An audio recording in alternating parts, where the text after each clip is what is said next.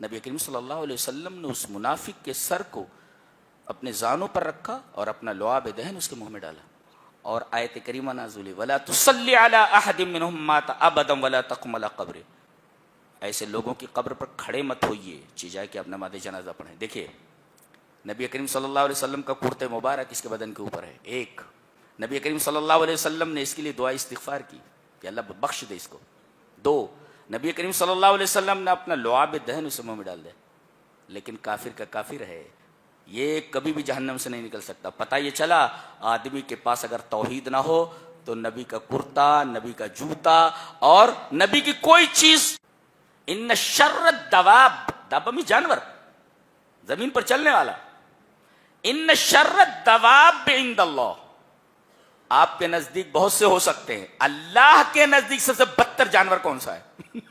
یہ دیکھیں عند اللہ کی قید لگی ہوئی ہے۔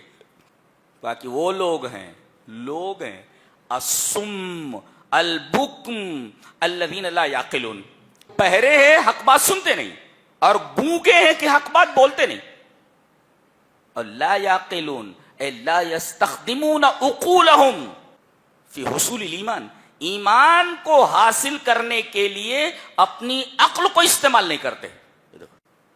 جب تک نبی تمہارے درمیان ہے اللہ کا عذاب تم پر نہیں آئے گا، وہ امان ہے وہ، اور نبی کے چلے جانے کے بعد اب ایک چیز رہے گی، دوسرا امان قیامت تک کے لیے، کیا؟ استغفار۔ وما کان اللہ معذبہم وہم یستغفرون، اللہ تبارک و تعالیٰ ان کو عذاب نہیں دے سکتا اس حال میں کہ وہ اللہ سے اپنے گناہوں کی معافی طلب کرتے ہوں۔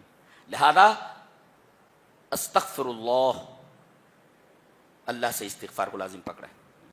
ان 8 رشتوں سے محبت کرنا جائز ہے، لیکن ان 8 رشتوں کی محبت اللہ اور اس کے رسول کی محبت پر غالب اگر آ جائے تو پھر اللہ کے عذاب کا انتظار کرو۔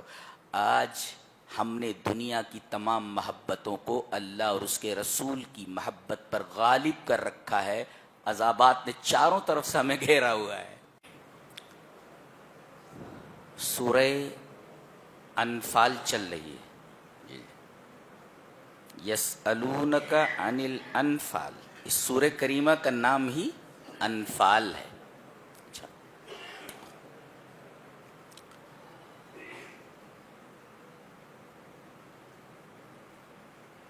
اس میں بدر کا واقعہ بیان کیا گیا ہے۔ معرکہ بدر سن 2 ہجری بروز جمعہ 17 رمضان المبارک کو وقوع پذیر ہوا، جس میں صحابہ کرام کی تعداد تقریباً 313 تھی، اور مشرکین و کافرین کی تعداد تقریباً 1000 تھی۔ اللہ تبارک و تعالی نے اس مختصر سی بے سر و سامان جماعت کو ایک مسلح لشکر جرار پر فتح عنایت فرمائی۔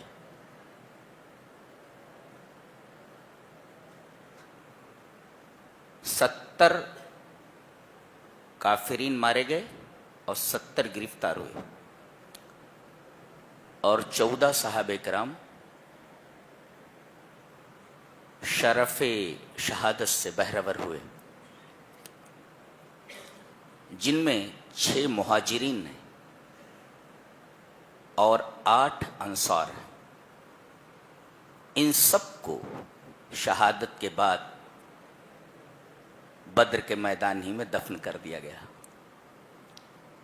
میں بدر کے میدان کے سامنے کھڑا ہوا ہوں، سامنے جبل الملائکہ ہے جہاں سے فرشتے اترے، میدان دیکھ کر میرا دل دھڑک اٹھا اور بے اختیار آنکھوں سے آنسو نکل پڑے کہ اسی میدان میں نبی اکرم صلی اللہ علیہ وسلم کے 313 جیال صحابہ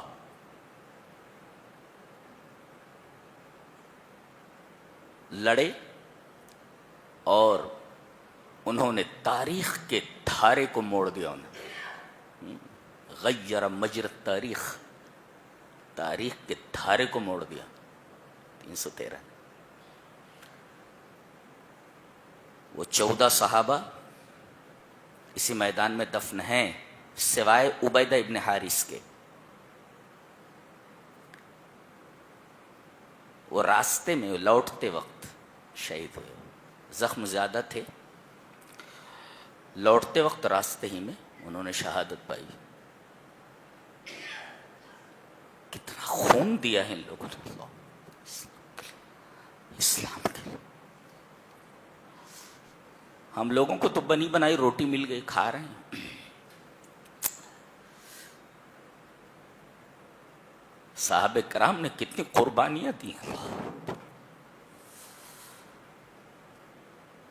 ان قربانیوں کو کسی بھی میزان سے، کسی بھی ترازو سے تولا نہیں جا سکتا،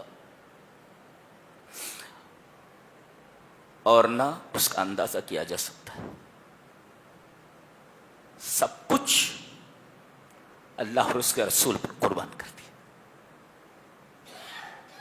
ایسے نہیں ان صحرا نشینوں کو، بکریاں چرانے والوں کو اللہ تبارک و تعالی نے پوری دنیا عطا کر دی. تقریباً 17 ممالک ہیں. یہ سب خیرات ہیں صحابہ کرام رضوان اللہ تعالی علیہ مجمعین کی. آج مسلمان سنبھال نہیں پا رہے ہیں. یہ سب خیرات ہیں صحابہ کرام رضوان اللہ تعالی علیہ مجمعین.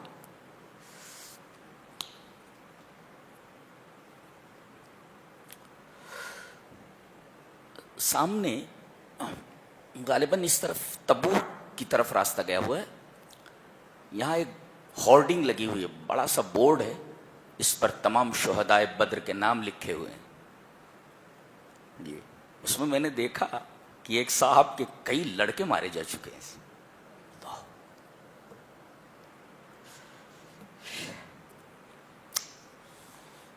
کیسے لوگ تھے.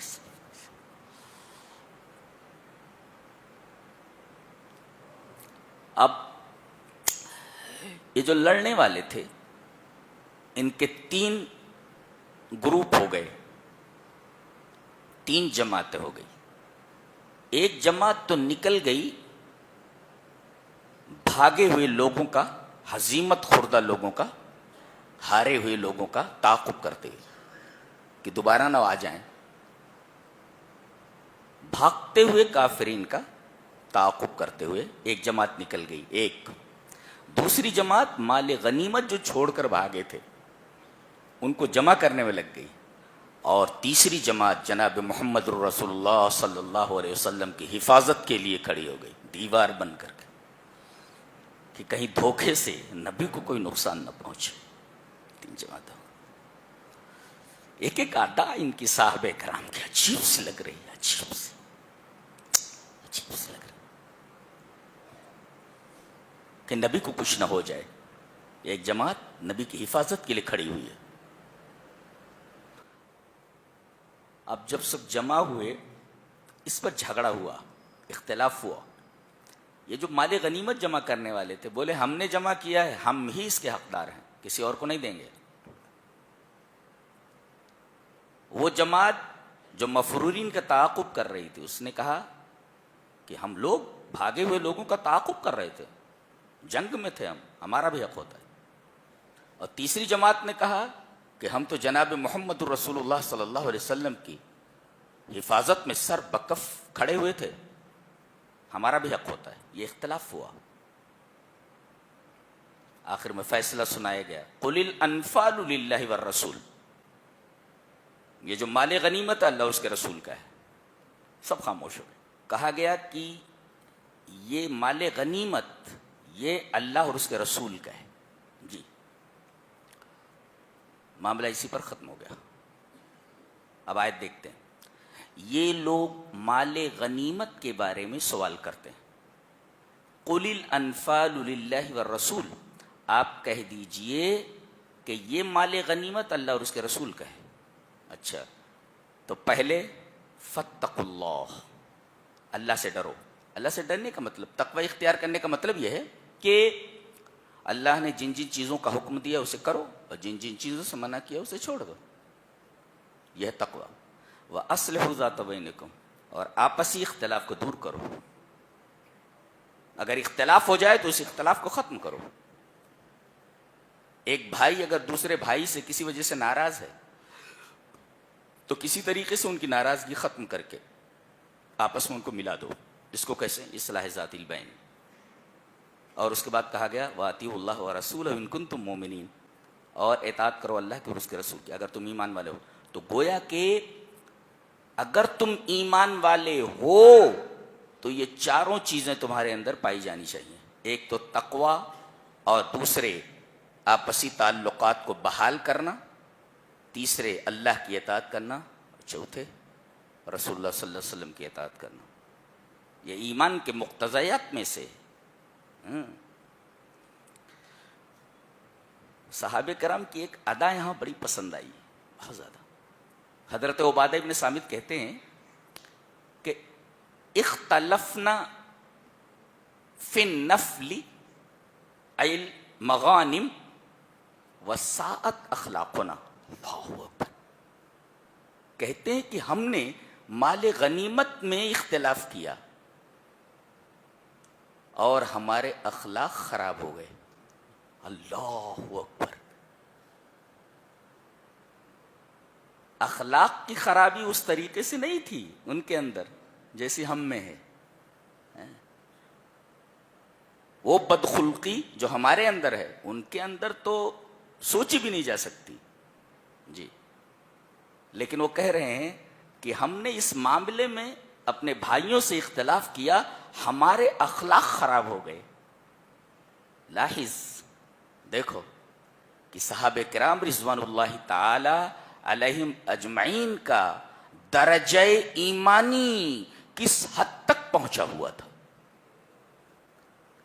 اور ایمان کے کس درجے پر یہ فائز تھے. ایک جگہ اختلاف ہوا تو کہہ رہے ہیں ہمارے اخلاق بگڑ گئے، اور یہاں پوری زندگی بد اخلاقیوں سے بھری ہوئی ہے. یہ فرق ہے آج کل کے مسلمانوں اور صحابہ کرام رضوان اللہ تعالی علیہم اجمعین کے اخلاق کے درمیان. سبحان اللہ. قربان جائیے، ایسے ہی نہیں اسلام ہم تک آیا ہے. دیکھو کیسے لوگ. آگے دیکھیے، انما المؤمنون الذين اذا ذكر الله وجلت قلوبهم واذا تليت عليهم آياته زادتهم ایمانا وعلى ربهم يتوکلون. مومن کون ہے؟ یہ تو کہا گیا کہ ان کنتم مومنین، اگر تم مومن ہو. آگے وضاحت کی گئی کہ مومن کے اندر جو نمایاں اور پروناؤنسڈ ایٹریبیوٹس ہوتی ہیں، نمایاں خصوصیات جو ہوتی ہیں، وہ کیا ہیں؟ بتایا گیا کہ مومن وہ ہیں کہ جب اللہ کا ذکر کیا جائے تو ان کے دل دھڑک اٹھے. اللہ کی بات آ جائے، اس کی توحید کی بات آئے، اس کی عظمت کی بات آئے، آدمی کا دل دھڑک اٹھے. یہ ایمان کی علامت ہے. اور دوسرے وَإِذَا تُلِيَتْ عَلَيْهِمْ آيَاتُهُ زَادَتْهُمْ ایمانا، اور قرآن حکیم جب پڑھا جائے تو آدمی کے ایمان میں زیادتی ہو جائے. ایک مفسر اس ٹکڑے کی تفسیر کرتے ہوئے لکھتا ہے کہ زیادہ اہم یہ نہیں ہے کہ تم نے کتنی بار قرآن ختم کیا ہے، زیادہ اہم یہ ہے کہ قرآن کو پڑھنے کے بعد تمہاری زندگی میں کتنا تغیر ایجابی، کتنا پازیٹو چینج ہوا ہے، کتنا مثبت چینج اور کتنی مثبت تبدیلی تمہاری زندگی میں ہوئی ہے، وہ دیکھو. تو زیادہ اہم یہ نہیں کہ تم نے کتنی بار قرآن ختم کیا ہے، زیادہ اہم یہ ہے کہ قرآن پڑھنے کے بعد، سننے کے بعد تمہاری زندگی میں مثبت تبدیلی کیا آئی ہے. It is important. یہ اہم ہے. کیا بات. اللہ اکبر. کتنی صفتیں ہیں. اللہ کو ذکر کیا جائے تو ان کے دل دھڑک اٹھتے، آیتوں کی تلاوت کی جائے تو ان کا ایمان بڑھ جائے. 2 وعلی ربہم یتوکلون، اور اپنے رب پر وہ توکل کریں. ایک مفسر لکھتا ہے کہ یہاں قوانین نصر بیان کیے گئے ہیں. جی یعنی اللہ تبارک و تعالی کی مدد کب آتی ہے، یا اسی طریقے سے آدمی کامیاب کب ہوتا ہے. کامیابی کے لیے اور اللہ تبارک و تعالی کی مدد کے لیے آنے کے لیے کون سے قوانین اور کون سے اصول کار فرما ہوتے ہیں. کہا کہ دو چیزیں ہیں. ایک تو یہ یقین کہ ومن نصر الا من عند اللہ، کہ فتح ہوتی ہے، مدد آتی ہے، کامیابی ملتی ہے اللہ تبارک و تعالی کی طرف سے. کتنا فرق ہے دیکھیے. ایک MBBS کے طالب علم سے پوچھا گیا، سنا ہے کہ آپ نے اچھے نمبرات لیے ہیں اور آپ MBBS میں داخلے کے لیے اس کے لائق ہو گئے ہیں، اللہ کا شکر ادا کیجیے. اب وہ یہ بولے کہ اس میں اللہ کہاں سے آ گیا؟ میں نے رات دن محنت کی ہے، میں نے کتابیں کھنگالی ہیں، رات دن ایک کیا ہے،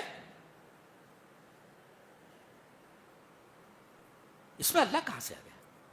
یہ دیکھو، یہ کامیابی جو ملتی ہے نا، وہ یقین ہو کہ یہ اللہ کی طرف سے ملی ہے. تو قوانین نصر کیا ہیں؟ ایک تو یہ یقین کہ مدد اللہ کی طرف سے آتی ہے، ایک، اور دوسرے اعداد القوہ، آپ طاقت تیار کریں. جی آپ کے پاس قوت ہونی چاہیے، بس قوت ہونی چاہیے. یہ دو چیزیں ہیں قوانین نصر میں سے. یہ دو قوانین بہت ضروری ہیں مدد کے لیے، مدد آنے کے لیے، کامیابی کے لیے. یہ یاد رکھیں ہمیشہ.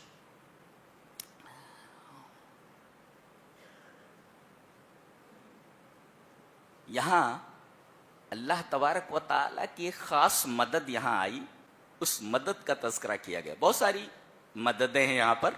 ایک تو فرشتے آئے ہیں جی، اور دوسرے یہ کہ اللہ تبارک و تعالیٰ نے ان کے اوپر ایک رحمت نازل فرمائی. کیا؟ کہ بارش برسا دی. تھکے ہوئے تھے، گرد و غبار سے اٹے ہوئے تھے، ایک دم فریش ہو گئے. اچھا، اور دوسرا فائدہ یہ ہوا کہ یہ لوگ ریتیلی جگہ پر ٹھہرے ہوئے تھے، جس کی وجہ سے ریت جو ہے وہ جم گئی اور اس پر قدم رکھنا اور آگے بڑھنا آسان ہو گیا.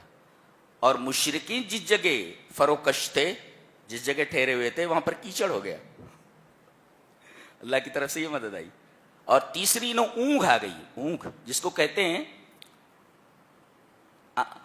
اذ یغشیکم النعاس امنۃ منہ، ان کو اونگ آ گئی، تھوڑی سی اونگ آئی جس سے طبیعت فریش ہو گئی. جی آدمی تھکا ہوا ہو، تھوڑی سی نیند آ جائے تو فریش ہو جاتا ہے. تو ایک تو اللہ کی طرف سے پانی نازل ہوا، یہ اللہ کی طرف سے مدد، اور دوسرے انہیں اونگ آ گئی. اور یہاں کہا گیا کہ امن اور امنا میں فرق ہے. امن کہتے ہیں کہ الطمانینۃ مع زوال الخوف، خوف ختم ہو جائے اس کے بعد جو اطمینان حاصل ہوتا ہے اسے کہتے ہیں امن. اور امنتن کسے کہتے ہیں؟ الطمانینۃ مع وجود الخوف، خوف کی موجودگی میں آدمی کو اطمینان حاصل ہو جائے. یہاں اللہ تبارک و تعالی نے صحابہ کرام کو خوف کے ہوتے ہوئے انہیں اطمینان قلب عطا فرمایا. خوف تو موجود ہے نا، سامنے تو لشکر ہے، لڑنا ہے، خوف موجود ہے. خوف موجود ہوتے ہوئے، اسباب خوف موجود ہوتے ہوئے، اللہ تبارک و تعالی نے ان کے دلوں کے اندر اطمینان ڈال دیا. یہ اللہ تبارک و تعالیٰ کی بہت بڑی مدد. تو امن اور امنا میں یہی فرق ہے. جی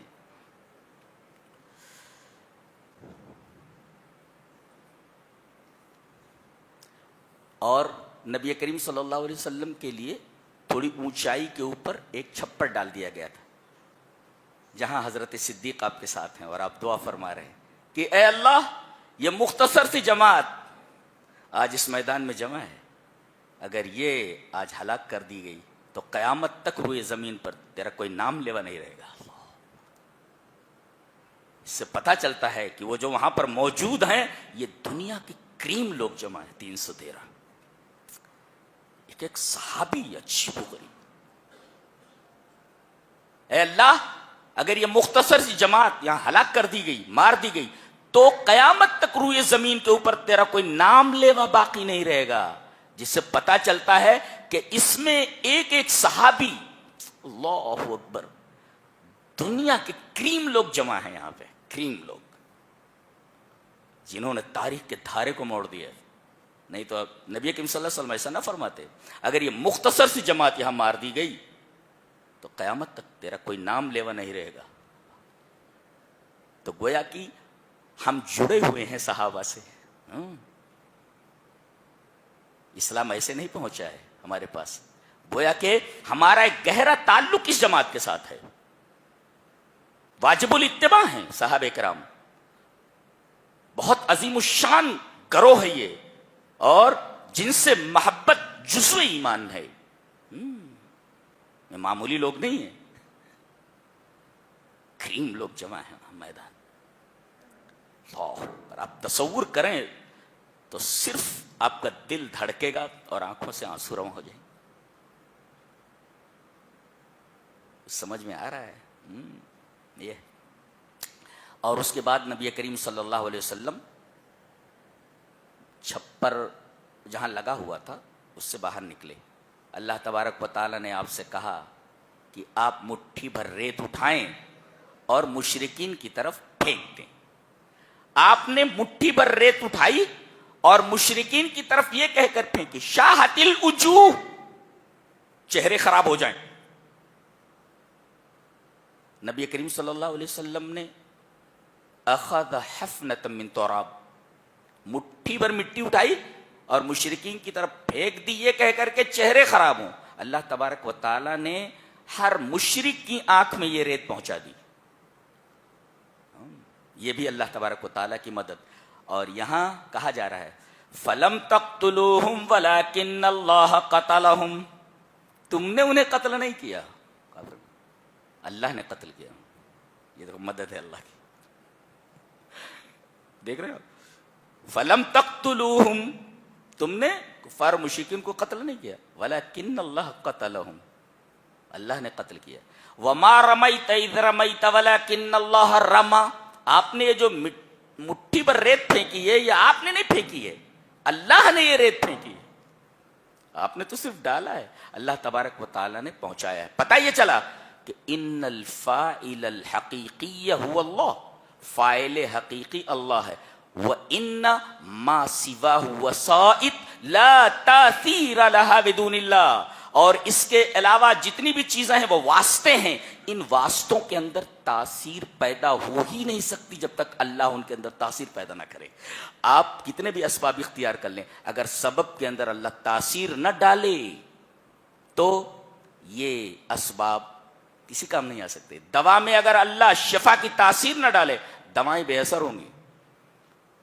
تو فاعل حقیقی اللہ, اس کے علاوہ جتنی بھی چیزیں ہیں سب وسائط ہیں, اسباب ہیں, وسائل ہیں, اور ان وسائط میں تاثیر اس وقت تک پیدا نہیں ہو سکتی جب تک کہ اللہ ان وسائط کے اندر, ان واسطوں کے اندر تاثیر پیدا نہ کرے.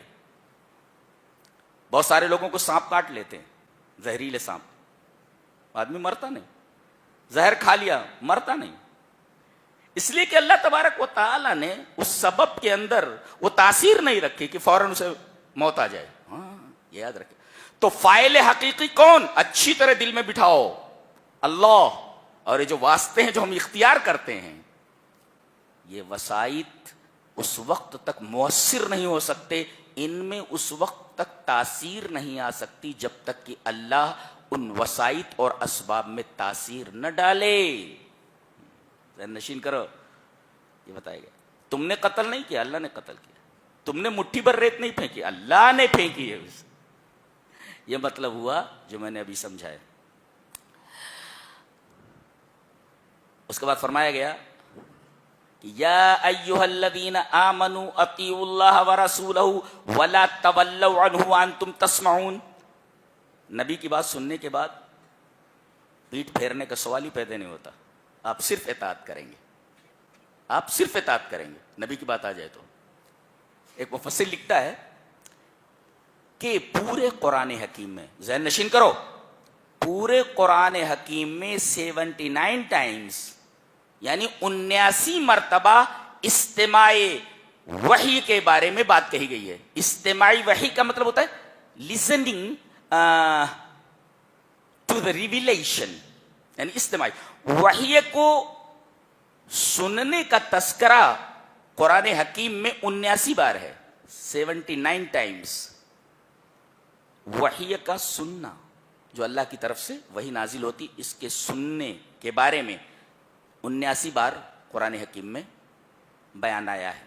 اچھا, کہتے ہیں کہ وحی کے سننے کی 3 قسمیں. ایک ہے استماع صوت, آواز کا سننا, ابھی جو آپ نے سنا. حافظ صاحب پڑھ کر گئے جی جی, یہ ہے استماع صوت, آواز کا سننا. حافظ سے آپ نے سنا. اور ایک ہے استماع فہم, پہلے کا تعلق کان سے, آواز کا سننا فہو للأذن, وہ کان کے لیے ہے. اور واستماع فہم, سمجھ کا سننا فہو للذہن, یہ ذہن کے لیے ہے. سمجھے کتنا آپ نے آواز سنی, ابھی آپ کو سمجھایا جا رہا ہے, یہ استماع فہم ہے, یہ سمجھ کر سننا, یہ ذہن کا کام ہے. اور تیسرا ہے استماع اجابہ فہو للقلب, قبول کرنے کا سننا, اس کا تعلق قلب سے ہے. تو استماع صوت کا تعلق کان سے, اور استماع فہم کا تعلق ذہن سے, کہ کیا پڑھا گیا, سمجھا کیا آپ نے. اور تیسرے, اب سننا اور سمجھنا, اس کے بعد تیسرے نمبر پہ معاملہ آتا ہے اس کے ماننے کا, اس کے قبول کرنے کا. اگر آدمی خالی سن لے کافی نہیں ہے, اگر آدمی سن لے اور سمجھ لے تب بھی کافی نہیں ہے. سننے اور سمجھنے کے بعد تیسرا جو مرحلہ ہے وہ اہم ہے, کہ سننے اور سمجھنے کے بعد آپ اسے قبول کریں, دل پر وہ اثر انداز ہو اور آپ اس پر عمل کریں. یہ استماع اجابہ ہے. تو پہلے کا تعلق صوت سے, اس کا تعلق ہے کان سے, اور دوسرا استماع فہم جس کا تعلق ذہن سے, اور تیسرا استماع اجابہ اس کا تعلق ہے قلب سے. جی وہی کہا گیا, وَلَا تَكُونُوا كَالَّذِينَ قَالُوا سَمِعْنَا وَهُمْ لَا يَسْمَعُونَ, ان لوگوں کی طرح نہ ہو جاؤ جن لوگوں نے کہا ہم نے سن لیا, جبکہ وہ نہیں سنتے ہیں. ایک ہوتا ہے سن کر کے نہ سننا, یہ دیکھو عجیب بات کہی جا رہی ہے. بعض لوگ کہتے ہیں کہ ہم نے سن لیا, وَهُمْ لَا يَسْمَعُونَ, حالانکہ وہ سنتے نہیں, یعنی سننے کے بعد نہیں سنتے. یہ دیکھو ایک عجیب بات کہی جا رہی ہے, سبحان اللہ. جی, اس کے بعد کہا گیا دنیا میں بدترین جانور کون ہے معلوم ہے؟ ان شر الدواب, دابہ میں جانور, زمین پر چلنے والا. ان شر الدواب عند اللہ, آپ کے نزدیک بہت سے ہو سکتے ہیں, اللہ کے نزدیک سب سے بدتر جانور کون سا ہے؟ یہ دیکھیں عند اللہ کی قید لگی ہوئی ہے. آپ کے نزدیک کوئی جانور چھوٹا ہو سکتا ہے, کوئی بڑا ہو سکتا ہے, کوئی برا ہو سکتا ہے, کوئی اچھا ہو سکتا ہے. اللہ تبارک و تعالیٰ کے نزدیک سب سے برا جانور کون؟ باقی وہ لوگ ہیں الصم البکم الذین لا یعقلون. سم بہرے ہیں عن سماع الحق, حق کو سننے سے, حق نہیں سنتے ہو, یہ بہرے ہیں. بکم گونگے ہیں عن النطق بالحق, حق بات بولتے نہیں. تو بہرے ہیں حق بات سنتے نہیں, اور گونگے ہیں کہ حق بات بولتے نہیں. اور لا یعقلون اے لا یستخدمون عقولہم فی حصول الایمان, ایمان کو حاصل کرنے کے لیے اپنی عقل کو استعمال نہیں کرتے. تو گویا کہ 3 چیزیں آپ کو استعمال کرنی ہے. ابھی بتایا نہیں, وہی ہے کہ سننے کے لیے 3 چیزیں ضروری ہیں.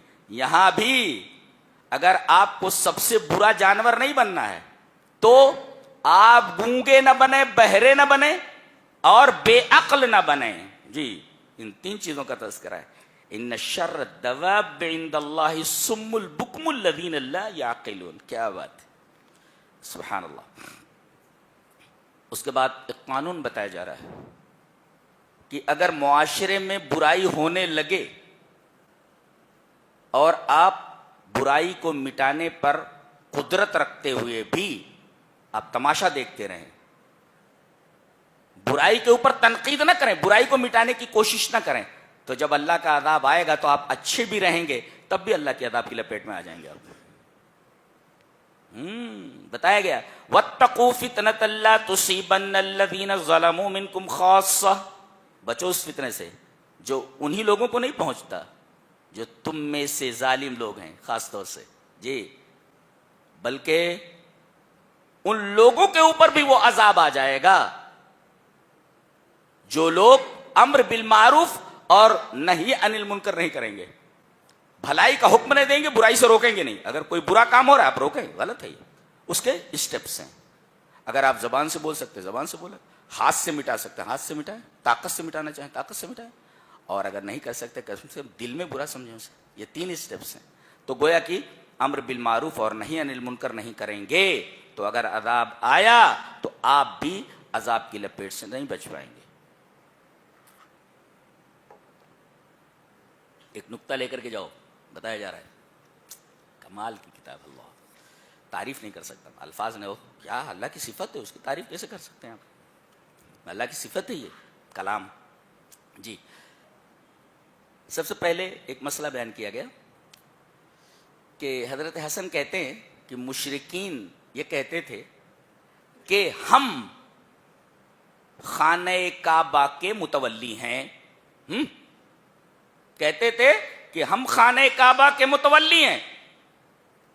اللہ نے فرمایا وما کانوا اولیاء، یہ خانہ کعبہ کے متولی کیسے ہو سکتے ہیں؟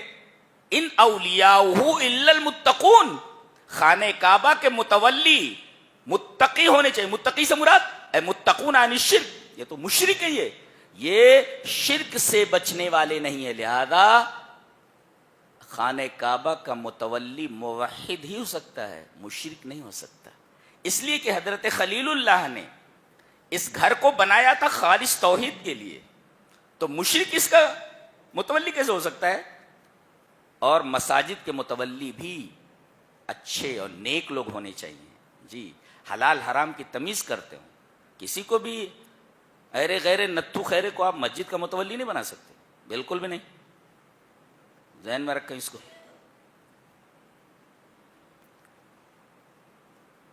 اس کے بعد ایک بڑی پیاری بات کہی جا رہی ہے، متوجہ ہیں؟ اس لیے بات بڑی اہم ہے. وما کان اللہ لیعذبہم وانت فیہم وما کان اللہ معذبہم وہم یستغفرون. اللہ ہرگز یہ نہیں کرے گا، کیا تمہیں عذاب نہیں دے گا اس حال میں کہ آپ ان کے درمیان ہیں. اے ہے کوئی کہے کہ سیرت پر تقریر کرنی ہے، یہ آیت کافی ہے. جی اور اللہ عذاب نہیں دینے والا ہے ان کو جو استغفار کرتے ہیں. قال بعض السلف، بعض سلف نے یہ کہا کہ اللہ تعالی نے مومنین کے لیے دو امان رکھے ہیں. دو امان رکھے ہیں. ایک وجود النبی صلی اللہ علیہ وسلم، نبی کریم صلی اللہ علیہ وسلم کا وجود مبارک، اور دوسرے استغفار. کہتے پہلا تو چلا گیا، پہلا امان چلا گیا، نبی کریم صلی اللہ علیہ وسلم اس دنیا سے چلے گئے. اللہ نے یہ فرمایا اے ہمارے حبیب جب تک آپ مومنوں کے درمیان ہیں اللہ عذاب نازل نہیں کرے گا. گویا کہ آپ کی ذات مبارکہ سر تاپا امن تھی، اس کی وجہ سے ایسا عذاب نہیں آ سکتا تھا جو سب کو مٹا دے. تو گویا کہ وجود النبی صلی اللہ علیہ وسلم، نبی کریم صلی اللہ علیہ وسلم کی موجودگی مومنین کے درمیان یہ ایک امن. تو یہ امن تو چلا گیا، آپ اس دنیا سے چلے گئے. اب قیامت تک باقی رہنے والا کیا ہے؟ کون سا امن؟ کہ استغفار. استغفر اللہ. اللہ تبارک و تعالیٰ سے اپنے گناہوں کی معافی آدمی جب تک مانگتا رہے گا عذاب نہیں آئے گا اس پر. جب تک نبی تمہارے درمیان ہے اللہ کا عذاب تم پر نہیں آئے گا، وہ امان ہے وہ. اور نبی کے چلے جانے کے بعد اب ایک چیز رہے گی، دوسرا امان قیامت تک کے لیے، کیا؟ استغفار. وما کان اللہ معذبہم وہم یستغفرون. اللہ تبارک و تعالیٰ ان کو عذاب نہیں دے سکتا اس حال میں کہ وہ اللہ سے اپنے گناہوں کی معافی طلب کرتے ہوں. لہذا استغفر اللہ، اللہ سے استغفار کو لازم پکڑیں. بہت بڑا نکتہ ہے یہ، بہت بڑا نکتہ ہے ہم جیسے گنہگاروں کے لیے. اس کے بعد میدان بدر کے اندر اللہ تبارک و تعالیٰ کی ایک مدد کا تذکرہ ہے. فوجیں آمنے سامنے آ گئی، التقل جمعان، دونوں جماعتیں آمنے سامنے آ گئی. رات میں نبی کریم صلی اللہ علیہ وسلم نے خواب دیکھا کہ مشرکین کی تعداد کم ہے. صحابہ کرام کو اپنا خواب بتا دیا. صحابہ کرام بڑے خوش ہوئے، مشرکین کی تعداد کم ہے. تو جب یہ سنا کہ مشرکین کی تعداد کم ہے تو ان کے دل مضبوط ہو گئے، اور مشرکین کا جو روب فطری طور پر ان کے دلوں کے اوپر چھایا ہوا تھا وہ روب ختم ہو گیا. یہ فائدہ ہوا. نبی نے کہا میں نے خواب دیکھا ہے کہ مشرکین کی تعداد کم ہے. جب یہ خواب آپ نے سنایا تو فائدہ کیا ہوا؟ مومنین کے دل مضبوط ہو گئے اور مشرکین کا روب ان کے دلوں سے ختم ہو گیا. ایک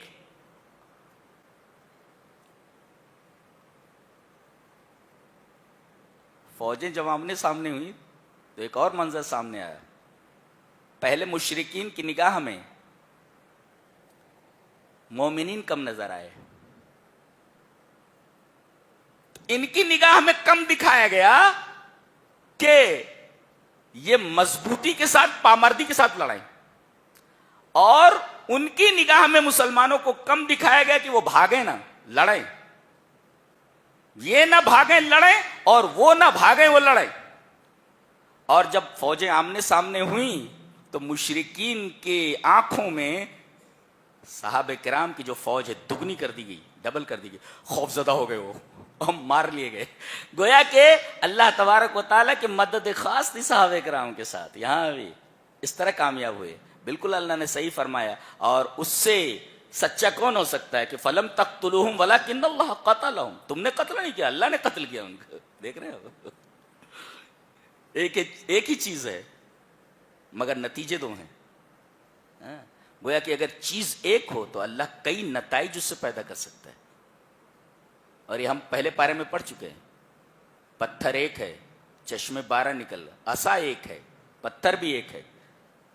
ایک چیز کو ایک چیز کے اوپر مارا گیا، 12 چیزیں نکل آئیں گی. تو اللہ ایک چیز سے کئی نتیجے پیدا کر سکتا ہے، وہ ہر چیز پر قادر ہے.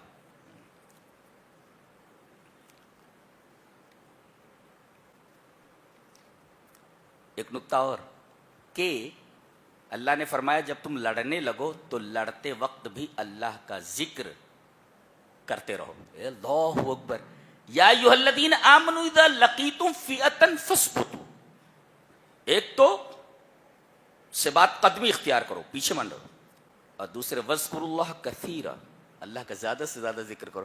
بتاؤ میدان جنگ میں جب کثرت سے ذکر کرنے کا فائدہ اور اس کا حکم بیان کیا گیا ہے اور کہا گیا کہ تاکہ تم کامیاب ہو جاؤ، تو بتاؤ اللہ تبارک و تعالیٰ کا ذکر اگر امن کے حالات میں آدمی برابر کرتا رہے تو اس کو کیا فوائد آ سکتے ہیں، اس کو کیا فوائد مل سکتے ہیں، اندازہ نہیں لگا سکتے.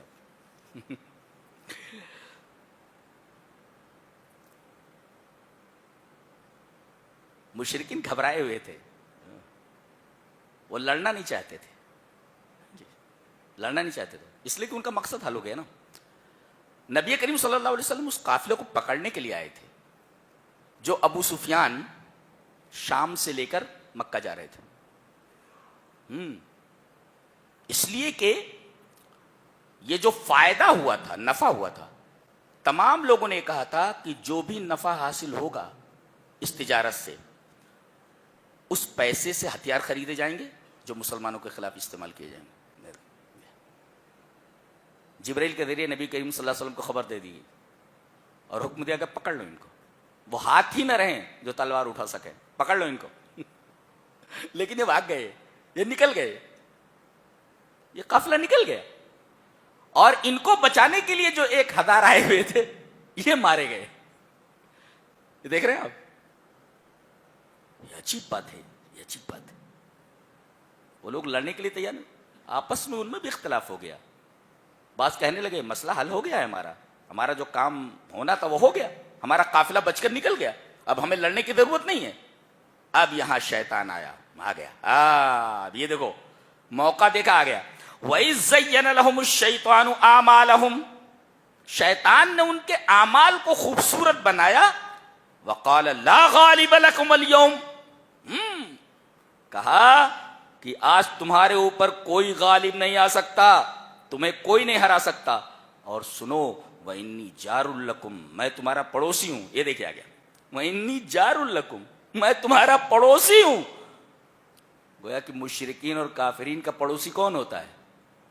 شیطان ہوتا ہے.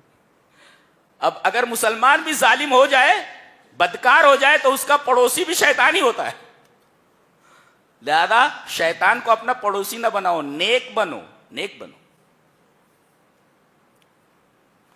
کیا بات ہے، اللہ سبحان اللہ وبحمدہ سبحان اللہ العظیم. اتنی پیاری کتاب ہے، ایک قانون حیات ہے، یہ system of life, system of life.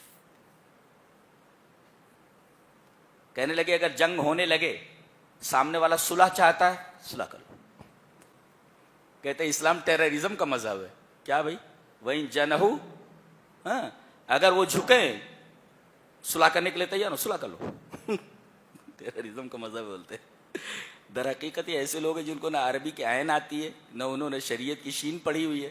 لہذا اب جو کچھ کوئی بول دیتا ہے وہ لیے پھرتے ہیں، گھماتے رہتے ہیں اس کو. جی اس کے بعد سورہ توبہ ہے، غور سے سنیں. سورہ توبہ یہ واحد سورہ ہے جس کے شروع میں بسم اللہ نہیں ہے. ہر سورہ کے شروع میں آپ دیکھیں گے بسم اللہ الرحمن الرحیم لکھا ہوا ہے، لیکن یہ واحد سورہ ہے سورہ توبہ کہ جس کے شروع میں بسم اللہ الرحمن الرحیم نہیں ہے. وجہ کئی وجوہات بیان کی گئی. ایک وجہ یہ ہے کہ بسم اللہ الرحمن الرحیم امان وسورۃ التوبۃ سخت. کہتے بسم اللہ الرحمن الرحیم میں اللہ کا رحم ہے، امان ہے اس میں.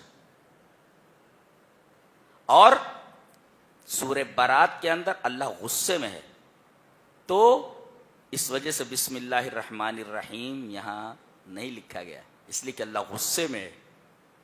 لہذا یہاں رحم کا کوئی سوال پیدا نہیں ہوتا، اللہ سخت غصے میں ہے، اس وجہ سے یہاں نہیں. اور سب سے بہترین جواب یہ ہے کہ حضرت جبریل علیہ السلام جب اس سورہ کو لے کر نازل ہوئے، وہاں سے جب لے کر آئے تو اس سورہ کے شروع میں بسم اللہ الرحمن الرحیم نہیں تھا. یہ بہترین جواب ہے.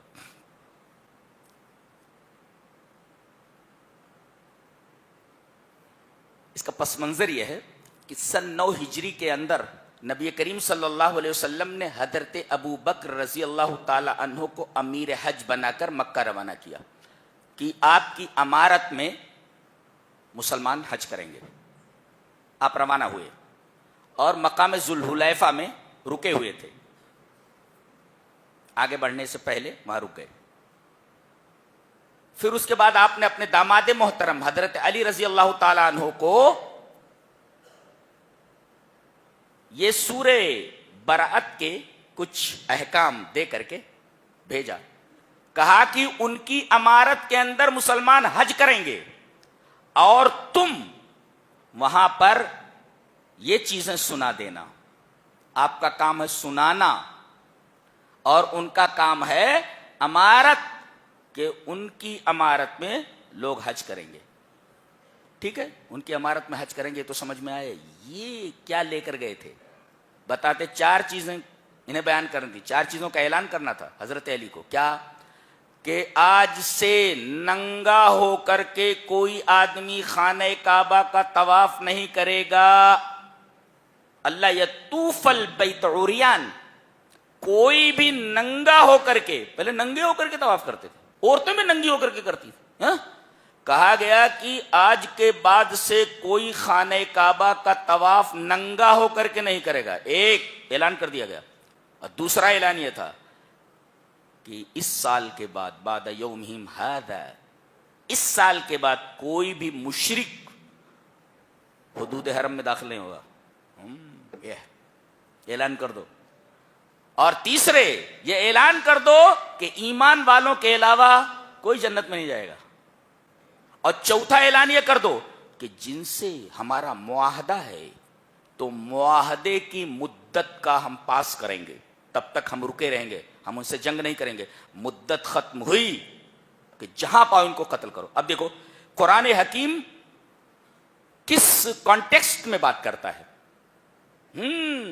یہ ان لوگوں کے بارے میں جنہوں نے عہد کو توڑ دیا تھا.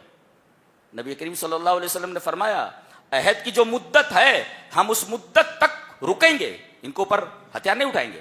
لیکن جیسے ہی مدت پوری ہوگی ان لوگوں نے عہد کو توڑا ہے, لہذا جہاں ان کو پاؤ قتل کرو. اب یہ کہتے ہیں کہ دیکھو قرآن ذات پات کی بات کرتا ہے, قرآن ٹیررزم کی بات کرتا ہے کہ جہاں بھی غیر مسلم ملے اس کو قتل کر دو. ارے بھائی اس کا کانٹیکسٹ ہی دوسرا ہے. یہ کانٹیکسٹ ہی دوسرا ہے.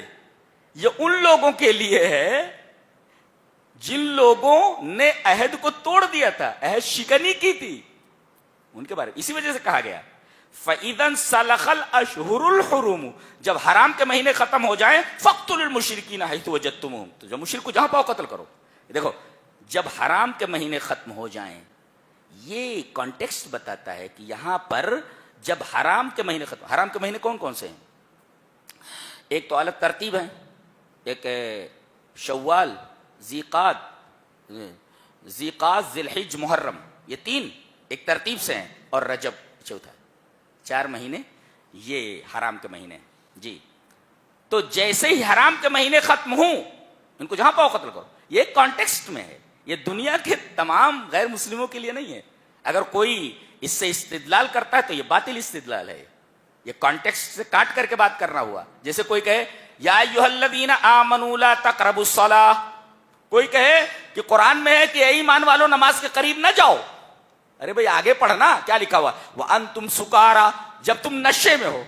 تو جب تم نشے میں ہو اس کو ہٹا دیتا ہے اور خالی اتنا پڑھتا ہے یا ایھا الذین آمنوا لا تقربوا الصلاۃ, اے ایمان والو نماز کے قریب نہ جاؤ. چلو نماز کی چھٹی ہو گئی.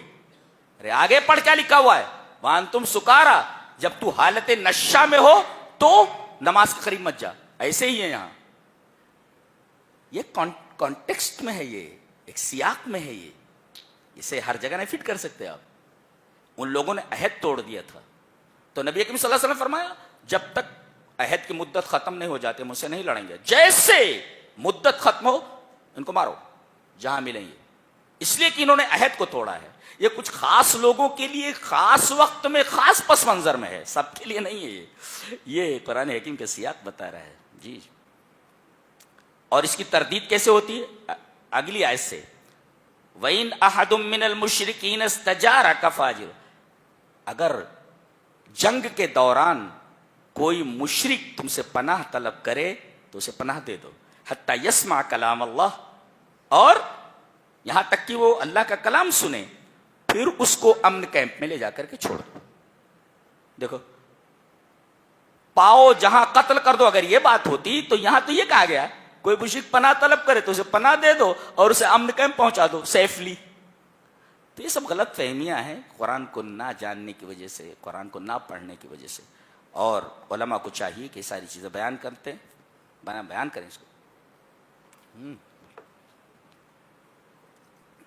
آگے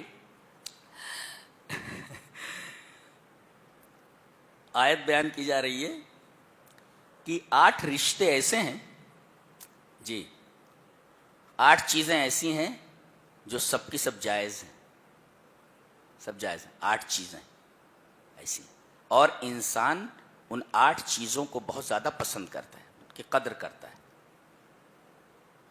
چلو پڑھ لیتے ہیں, غور سے سنیں, غور سے, بہت غور سے.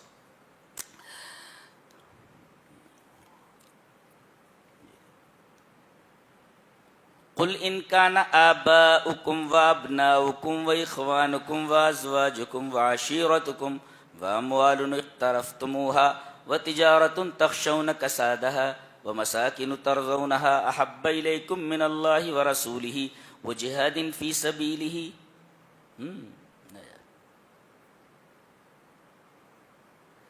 یہ آیت کریمہ ہے. آپ ان سے کہہ دیجئے کہ ان کان آباؤکم، آپ کے باپ دادا، و ابناؤکم، تمہارے بیٹے، اور اسی طریقے سے تمہارے بھائی، تمہاری بیویاں، یہ سب، یہ کل ملا کر کے یہاں 8 رشتوں کا تذکرہ کیا گیا ہے. اور اس کے بعد کہا گیا کہ یہ 8 رشتے، یہ 8 چیزیں ہر انسان کو بہت زیادہ محبوب ہیں، لیکن اولیت اللہ اور اس کے رسول کی محبت کو دیا جائے. محبت کر سکتا ہے ان 8 چیزوں سے، لیکن یہ محبت غالب نہیں آنی چاہیے اللہ کی محبت پر. یہ قاعدہ ہے. اجازت دی ہے کہ آپ آدمی باپ سے محبت کر سکتا ہے، بیوی سے محبت کر سکتا ہے. جی، تو ترتیب کیا ہے؟ آباؤکم، باپ دادا، ابناؤکم، بیٹے، اخوانکم، بھائی، وازواجکم، بیویاں، وعشیرتکم، تمہارا خاندان، واموال اقترفتموہا، اور وہ مال جو تم نے جمع کر کے رکھا ہوا ہے، ومساکن ترضونہا، اور وہ مکان جسے تم بڑی محنت سے بناتے ہو اور خوش ہوتے ہو دیکھ دیکھ کر کے. اگر یہ سب زیادہ محبوب ہو جائیں تمہارے نزدیک اللہ اور اس کے رسول سے، تو انتظار کرو کہ اللہ تبارک تعالیٰ کا عذاب تمہارے اوپر آ جائے. دیکھو اجازت ہے، ان 8 رشتوں سے محبت کرنا جائز ہے، لیکن ان 8 رشتوں کی محبت اللہ اور اس کے رسول کی محبت پر غالب اگر آ جائے تو پھر اللہ کے عذاب کا انتظار کرو.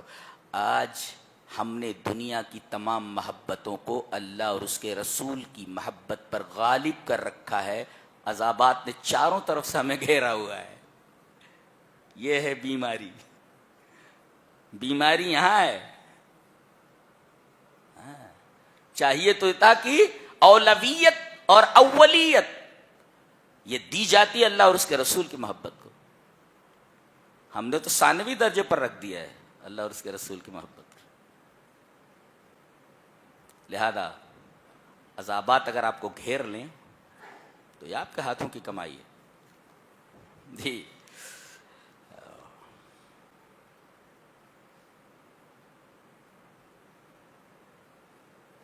بتایا گیا کہ اللہ تبارک و تعالیٰ کی مدد اصل ہے. نبی کریم صلی اللہ علیہ وسلم کو پکڑنے کے لیے بہت زیادہ اونٹوں کا اعلان کیا گیا تھا کہ ان کو پکڑ کر کے کوئی لائے. آپ غار ثور میں چھپے ہوئے تھے حضرت صدیق کے ساتھ. یہ لوگ تلاش کرتے کرتے وہاں پہنچ گئے تھے. میں غار ثور تک پہنچا اور نیچے ایک بقالہ ادھر، تو یہاں کچھ ایسے پتھر کا وہ بنا ہوا تھا، نشست گاہ تھی، وہاں بیٹھ گیا میں اور دیکھا تو ہمارے ساتھی نے کہا یہ جو پہاڑ کی چوٹی نظر آ رہی ہے اس میں غار نہیں تھا، اس سے متصل جو پہاڑی ہے، اس سے ملا ہوا جو پہاڑ ہے اس کے اندر وہ غار تھا. اللہ کہہ رہے تھے ایک دفعہ میں وہاں تک گیا تھا، 7 دن تک مسلسل سوتا رہا ہوں، تھک گیا تھا. ہم لوگ کیسے چڑھ سکتے غار ثور جو. جی، اور کیسے آپ کی سالی محترمہ حضرت اسما رضی اللہ تعالیٰ عنہ چھپتے چھپاتے لوگوں کی نظر بچاتے نبی کریم صلی اللہ علیہ وسلم کے پاس توشہ لاتی تھی. کیا بات، سالی ہو تو ایسی.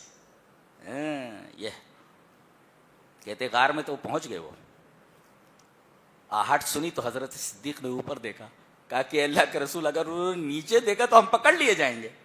بالکل قریب آ چکے ہیں، یہ موت قریب آ گئی ہے بالکل. اگر انہوں نے نیچے دیکھ لیا تو ہم پکڑ لیے جائیں گے. اللہ کے رسول صلی اللہ علیہ وسلم نے بڑے اطمینان سے ارشاد فرمایا، لا تحزن ان اللہ معنا، غم مت کر اللہ ہمارے ساتھ ہے. یہ اللہ اگر کسی کے ساتھ ہو جائے سوال ہی پیدا نہیں ہوتا کہ دنیا کی کوئی طاقت اسے زیر کر سکے. تم نے اللہ کو چھوڑ دیا ہے، اللہ نے تمہیں دنیا کے حوالے کر دیا. جاؤ تم جانو، تمہاری دنیا جانے. لا تحزن، کیا سکون ہے اور کیا انداز ہے ایک نبی کا. لا تحزن ان اللہ معنا، غم نہ کرو اے صدیق اکبر، ان اللہ معنا، بے شک اللہ ہمارے ساتھ ہے. اور جس کے ساتھ اللہ ہو دنیا کی کوئی طاقت اس کا بال بیکا نہیں کر سکتی. آگے فرمایا گیا کہ یہ زکوٰۃ جو ہے اس کے مصارف 8 ہیں. انما الصدقات للفقراء، فقراء، اس کے بعد مساکین. فقیر کسے کہتے ہیں؟ فقیر کہتے ہیں الذی لا یملک شیئا، جس کے پاس کچھ نہ ہو، جس کے پاس کچھ نہ ہو، ننگا بھوکا ہو، اس کو کہتے ہیں کچھ نہ ہو. الذی لا یملک شیئا، جس کے پاس کچھ نہ ہو. اور المسکین الذی یملک شیئا، تھوڑا ہو. اس کو اس طرح بھی سمجھنے کہ فقیر وہ ہے الذی لا مال لہ، اس کے پاس سرے سے کوئی مال ہی نہ ہو اور نہ مال کمانے کا کوئی ذریعہ ہو، ایک. اور مسکین کسے کہتے ہیں؟ تھوڑا بہت مال ہو لیکن پورا نہ پڑتا ہو. کوئی رکشہ ہے چلاتا ہے، 200-300 روپے کماتا ہے اور گھر کا خرچ 500 روپے ہے. تو اگر کمائی کا ذریعہ ہو لیکن پورا نہ پڑتا ہو، وہ مسکین ہے، وہ بھی زکوٰۃ کا مستحق. تو فقیر جس کے پاس کچھ نہ ہو آپ زکوٰۃ کے مد سے اسے دیں. المسکین جس کے پاس ذریعہ تو ہو کمانے کا لیکن پورا نہ پڑتا ہو، بچے زیادہ ہیں، اخراجات زیادہ ہیں، تو ان کو بھی دیجیے. فقیر جانتے ہیں ایک تو لغت میں نے دیکھا مطلب بتا رہا ہے کہ یہ فقیر مانے مفقور، فقیر مانے مفقور. اور فقرہ کہتے ہیں ریڑھ کی ہڈی کو، اسپائنل کارڈ کو بولتے ہیں فقرہ، جمع فقار. تو کہتے ہیں الذی نزعت فقرتہ من فقارہ، کہ آدمی کی ریڑھ کی ہڈی توڑ دی گئی ہو. اب بتاؤ کہ آدمی کی ریڑھ کی ہڈی اگر ٹوٹ جائے تو سیدھا کھڑا نہیں ہو سکتا، اس سے فقیر ہے کہ کچھ ہے ہی نہیں، وہ کھڑا ہی نہیں ہو سکتا، کما ہی نہیں سکتا کچھ. یہ دیکھو کیسا لفظ ہے، مفقورہ، جس کی اسپائنل کارڈ ٹوٹ گئی ہو، کھڑا نہ ہو سکے. جی مسکین تو کھڑا ہو سکتا ہے، تھوڑا بہت چل سکتا ہے، لیکن فقیر وہ جو چل ہی نہ سکے، اس کی اسپائنل کارڈ ٹوٹ گئی ہو. کیا کتاب ہے، سبحان اللہ. اور عربی زبان کتنی ریچ لینگویج ہے. جی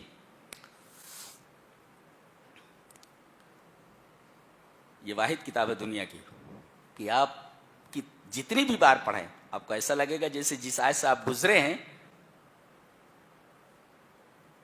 اور آپ کے سامنے ایسے معنی آئیں گے، پتہ چلے گا یار اس آیت میں یہ بھی ہے کیا. دنیا کی کوئی کتاب پڑھے، بہت سے ناولس وغیرہ بہت ساری کتابیں ہم نے پڑھی.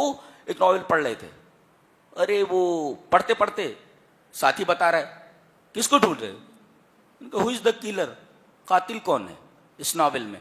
ارے بولے وہ بٹلر ہے، وہ بٹلر. ارے یار پوری ناول کا مزہ کرکرا کر دیا تم نے ابھی سے بتا کر کے. اچھا وہ ہے کیا، وہ کھانا پکانے والا وہ قاتل ہے کیا. اچھا ختم. پھر وہ کتاب کو اٹھا کر کے ایک طرف رکھ دیتے ہیں. جی لیکن یہ کتاب ایسی ہے کہ پڑھتے جاؤ سیری حاصل نہیں ہوتی. جی والعاملین علیہا، اور زکوٰۃ پر کام کرنے والے. زکوٰۃ پر کام کرنے والے ایسا ہے کہ یہ جو آتے ہیں زکوٰۃ، یہ در حقیقت اس زکوٰۃ کے مستحق نہیں ہیں، بلکہ جو ادارے بھیجیں وہ ان کو ایک رقم کے لیے تیار کریں کہ ہم آپ کو اتنا رقم دیں گے. یہ ایک بہترین طریقہ ہے. ویسے بھی اگر دیکھو بیچارے کہاں کہاں سے آتے ہیں، اور میں تو گیا ہوں وہاں بنگال کی طرف، بہار کی طرف، دیکھا گاؤں چھوٹے چھوٹے ہیں لیکن لڑکیوں کا مدرسہ چل رہا ہے، لڑکوں کا مدرسہ چل رہا ہے. میں حیران ہو گیا. تو بڑی دور دور سے وہ آپ کے پاس آتے ہیں. 200 روپیہ بھی مل گیا تو خوش ہو جاتے ہیں، 500 روپیہ بھی مل گیا تو خوش ہو جاتے ہیں. کہتے ہیں یہ لوگ پرسنٹیج لیتے ہیں. بہرحال اس کے اندر تھوڑی بہت ترمیم کرنا ضروری ہے، اس لیے کہ وہ والعاملین علیہا میں نہیں آتے ہو. بہرحال والمؤلفۃ قلوبہم، مؤلف قلوب یہ کون ہوتے ہیں؟ نو مسلم، کہ ابھی اسلام لایا ہے تاکہ وہ اسلام پر ثابت قدم رہ سکے، سب کچھ چھوڑ کے آیا ہے، لہذا زکوٰۃ کے مال سے اس کی مدد کرو تاکہ وہ پھر کفر کی طرف نہ پلٹ جائے. اس کو مؤلف قلوب کہتے ہیں. وفر رقاب، گردن چھڑانا. بعض لوگوں نے اس کے اندر وسعت پیدا کی اور کہا کہ جو لوگ بلا جرم کے قید و بند کی مشقتیں اٹھا رہے ہیں زکوٰۃ کے مال سے انہیں چھڑانے کی کوشش کی جا سکتی ہے. والغارمین، قرض دار، مقروض ہے کوئی تو آپ اس کا قرض اتار دیں. وفی سبیل اللہ، اور اللہ کے راستے میں آپ دے دیں. اس کا جو ہے مفہوم بہت وسیع ہے. وہ اپنی سبیل اور مسافر. مسافر کو یہ آئے بھی میں مسافر ہوں، میرے پاس پیسہ نہیں ہے جانے کا، تو اسے آپ خرچہ بھی دے دیں، اس کا ٹکٹ وکٹ بنا دیں وغیرہ. ایک عجیب بات آگے کہی جا رہی ہے. عبداللہ ابن ابی، یہ رئیس المنافقین ہے، منافقوں کا سردار، یہ مر گیا جی. اسی نے اما عائشہ رضی اللہ تعالی عنہا کے اوپر تہمت لگائی تھی. جی جی.